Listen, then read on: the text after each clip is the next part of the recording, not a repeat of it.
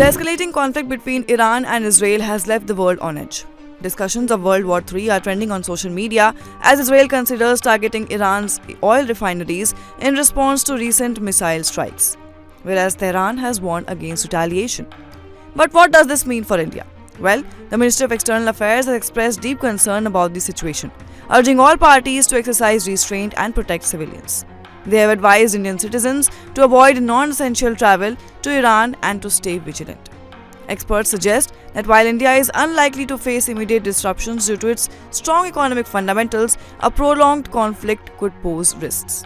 The business sector is preparing for potential disruptions in the crucial Red Sea trade route, with increased freight rates expected due to tensions involving Hezbollah and the Houthi rebels.